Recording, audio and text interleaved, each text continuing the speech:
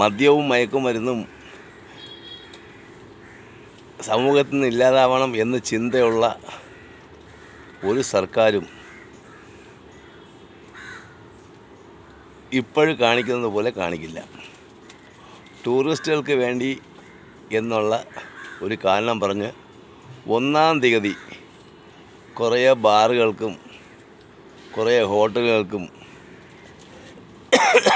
മദ്യം വിളമ്പാൻ അനുവാദം കൊടുത്തത് വഴി ഒരു കാര്യം വ്യക്തമാണ്. ഇവർക്ക് ഈ മദ്യവും മയക്കുമരുന്നും നമ്മുടെ നാട്ടിൽ നിന്ന് ഒഴിഞ്ഞു പോണതിന് ഒരു താല്പര്യവുമില്ല.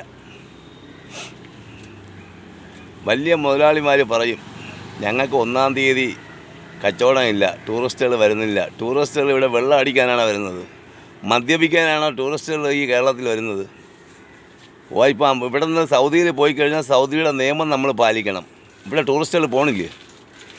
സൗദിയിലൊക്കെ പോയി ടൂറിസ്റ്റുകൾ നിൽക്കുന്നില്ലേ? അവിടെ അവരിതാണ് അഴിഞ്ഞാടുന്നുണ്ടോ?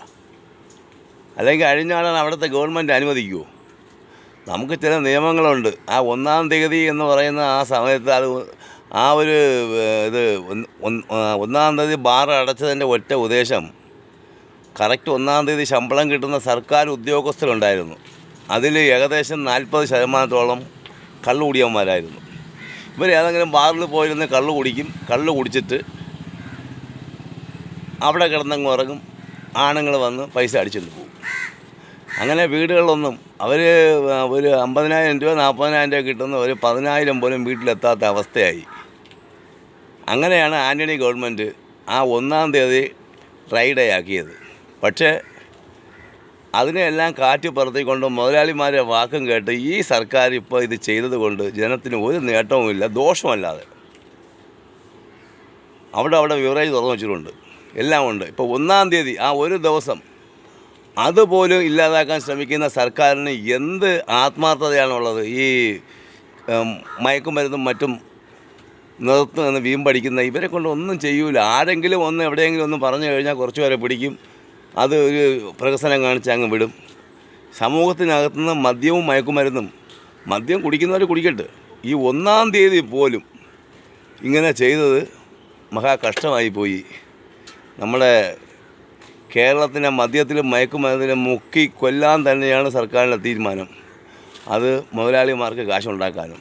പിന്നെ വേറൊന്ന്, ഈ KCBC അവർ UDF ഭരിക്കുന്ന സമയത്താണെന്നുണ്ടെങ്കിൽ മുണ്ടുമൊക്കി ഓടുമായിരുന്നു. മദ്യം മറ്റാണ് മറിച്ചാണ് അതാണ് ഇതാണെന്നും പറഞ്ഞ് പ്രശ്നം ഉണ്ടാക്കാൻ. അവരൊക്കെ ഇവിടെ ഉറങ്ങുകയാണോ? അച്ഛന്മാർ ഉറങ്ങുകയാണോ? സമൂഹത്തിൽ നിന്ന് എങ്ങനെയെങ്കിലും മദ്യവും മയക്കുമരുന്നും ഒരു പരിധി വരെ ഇപ്പോൾ കുറച്ച് ദിവസം കൊണ്ട് അത് പല വീടുകളിലും പ്രശ്നങ്ങളില്ല. 1-ാം തീയതിയെങ്കിലും അത് മനസ്സമ്മാനത്തോടെ കിടന്നവർ ഇനി ഇവിടെ നിന്ന് കൂലിപ്പണി എടുക്കുന്നവൻ അവനിനി നേരെ ചെന്ന് ഈ 1-ാം തീയതി ഇതേ കണക്കുള്ള ബാറുകൾ ഇതേ കണക്കുള്ള വലിയ ഇതിലും പോയി മദ്യപിക്കും. മദ്യത്തിന് വില കൂട്ടി 800 രൂപയാണ് ശമ്പളം. ഒരു മലയാളി കിട്ടുന്ന ശരാശരി മലയാളി കിട്ടുന്ന 800 രൂപ ശമ്പളം. ചിലർക്കൊക്കെ 1000-1100 കൊടുക്കുമായിരിക്കും. 800 രൂപ ശമ്പളം കിട്ടുന്നിടത്ത് 600 രൂപയോളം മദ്യത്തിന് ദിവസം കൊടുക്കുന്നവന്മാരുണ്ട്. 200 രൂപ വീട്ടിലെത്തുന്നു. സമൂഹത്തിൽ ആകെ പ്രശ്നം.